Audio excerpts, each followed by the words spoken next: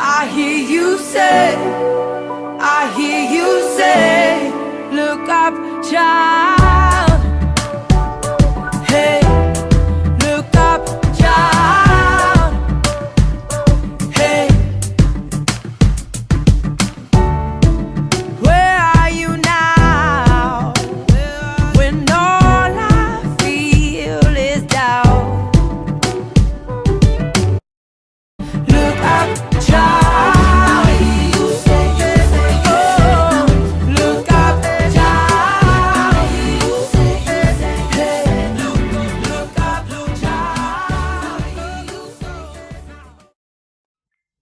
Good morning, my young prayer warriors.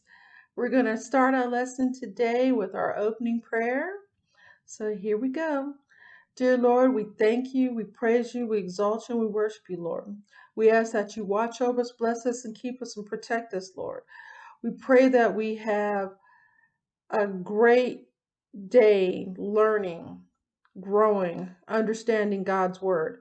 Lord, we thank you for allowing us to have seen another day. Lord, we pray for our loved ones. We pray for those who are sick. We pray for those who are home or home away. Lord, we just want to thank you, praise you, exalt you, worship you. In your son Jesus' name, we pray to you in thanks.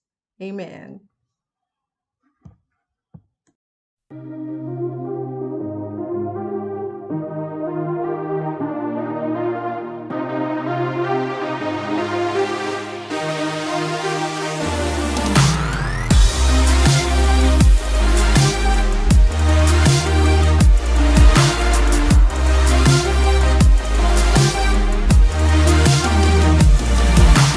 Higher than the mountains that I face, stronger than the power of the grave, constant in the trial and the change.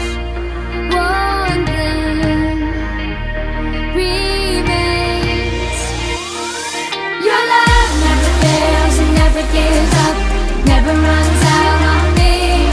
Your love never fails and never gives up, never runs out on me. Your love never fails and never gives up, never runs out on me. Your love.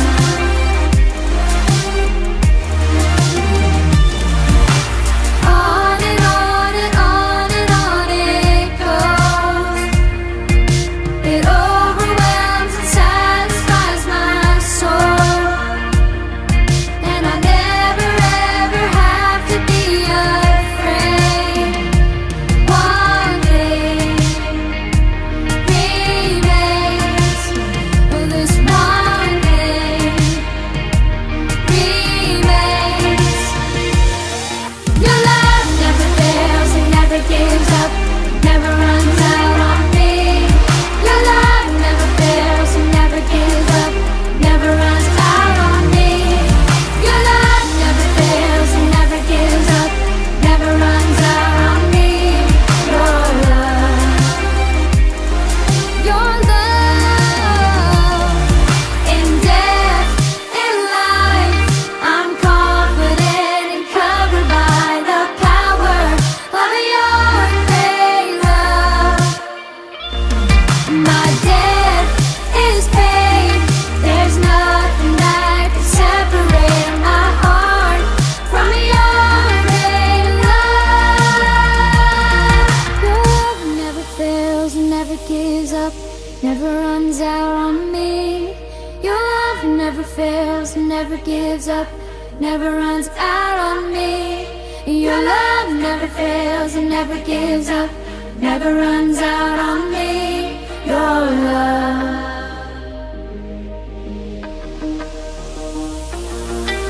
On and on and on and on it goes. It overwhelms and satisfies my soul. And I never ever have to be afraid. One thing remains. Yeah, one thing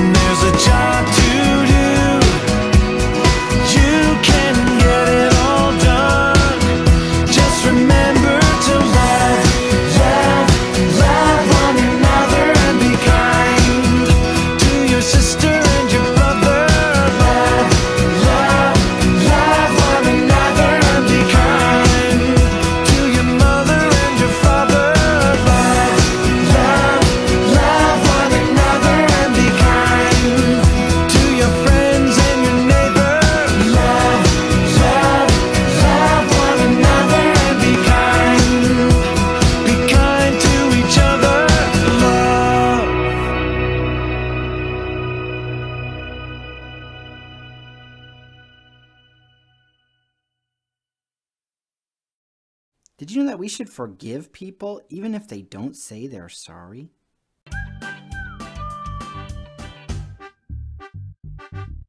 Hey guys, it's me again, Douglas, and today I wanted to talk to you guys about forgiveness and why we should forgive people. You know, there are lots of reasons why we should forgive other people. You know, one of the most important reasons is because God forgave us first. And if God can forgive us for what we've done, then we should absolutely forgive others for what they've done. But you know, there's a big difference between us and God when it comes to forgiving people, because God does not need to forgive us. If you ask for forgiveness, he'll give it to you. He will always forgive you, but he doesn't have to. And you and I need to forgive people. And it's not just because it's like God says, you need to do this, and so you better do this. He does say that we should forgive. It's very important to forgive, but it's not just important to forgive because God says so. It's better for you if you forgive. Now, the other day I was at school, and there's this kid at school, and he's kind of a bully, and he is always, trying to pick on me and do these mean things. And the other day, I was sitting in the lunchroom, and I was sitting at the table, and I had my food, and he comes up from behind me, and he grabs the bottom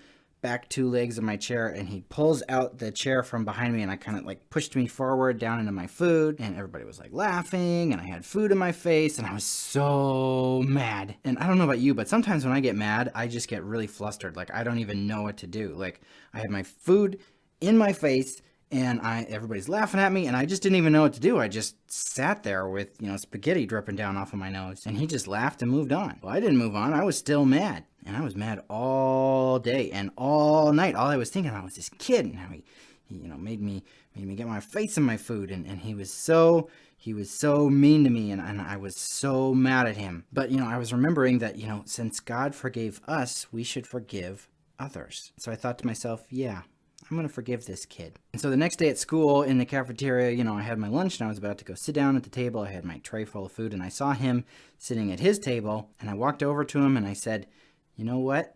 I forgive you for smashing my face in my food and laughing at me yesterday. I felt like really proud that I had, done this very mature thing, and I had gone and I had forgiven him. But then you know what he said? He just looked up at me and he was like, I don't care.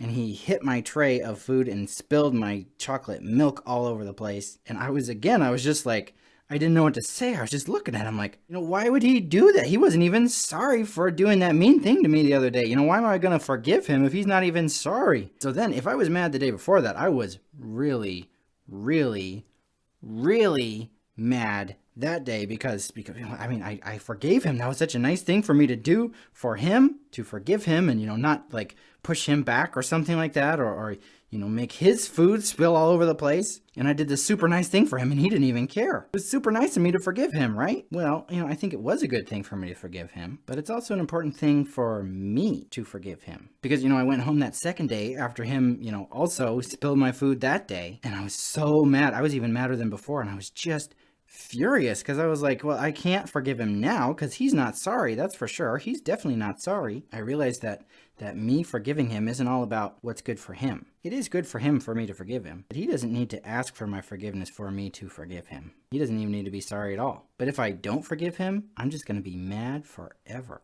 The Bible talks about this thing called this root of bitterness. And the Bible says, don't let a root of bitterness spring up and cause trouble. I definitely had bitterness in my heart, for sure. I was so mad at this kid. And because I was so mad, I was just bitter inside my heart. And to get rid of that, I needed to forgive him. Not for his sake, but for mine. He doesn't care if I forgive him. But when you forgive people for what they've done, even when they're not sorry, you can start to heal your own heart. You don't need their permission to begin healing, and you don't need their permission to forgive them. You can forgive people even if they don't want your forgiveness. And really, once you do, things are going to be much better for you. The only person who gets hurt when you are angry and bitter all the time is you. And when you forgive other people, even when they don't deserve it, then you can begin healing from the inside out. So my challenge to you guys today is that you would forgive those who have wronged you. Forgive those who have hurt you, even if they don't deserve it. Not only because God forgave us when we didn't deserve it, but because forgiving people is better for you. It can help you feel better. The only person that gets hurt when you don't forgive someone is you. You and I can and should forgive others even when they don't deserve it. Not because it's what's best for them, but because it's what's best for you and me. Good morning, my young prayer warriors. Today's lesson is the silly monkey from Colossians 3:12 through 17. Fight, fight! Several children shouted, and Jeff and Steve did. But the scuffle didn't last long. They exchanged only a few blows before they were separated by Mrs. Hanson, their Sunday school teacher. I'm surprised at you boys, she said. Why are you fighting? Steve called me clumsy and stupid and a bunch of other names, complained Jeff. That's because you tripped me, retorted Steve. I couldn't help getting in the way of your big feet, grumbled Jeff. You boys remind me of a story I heard from a missionary in a missionary in Brazil, Mrs. Hanson said. He saw a monkey sitting on a log, cracking nuts with a stone.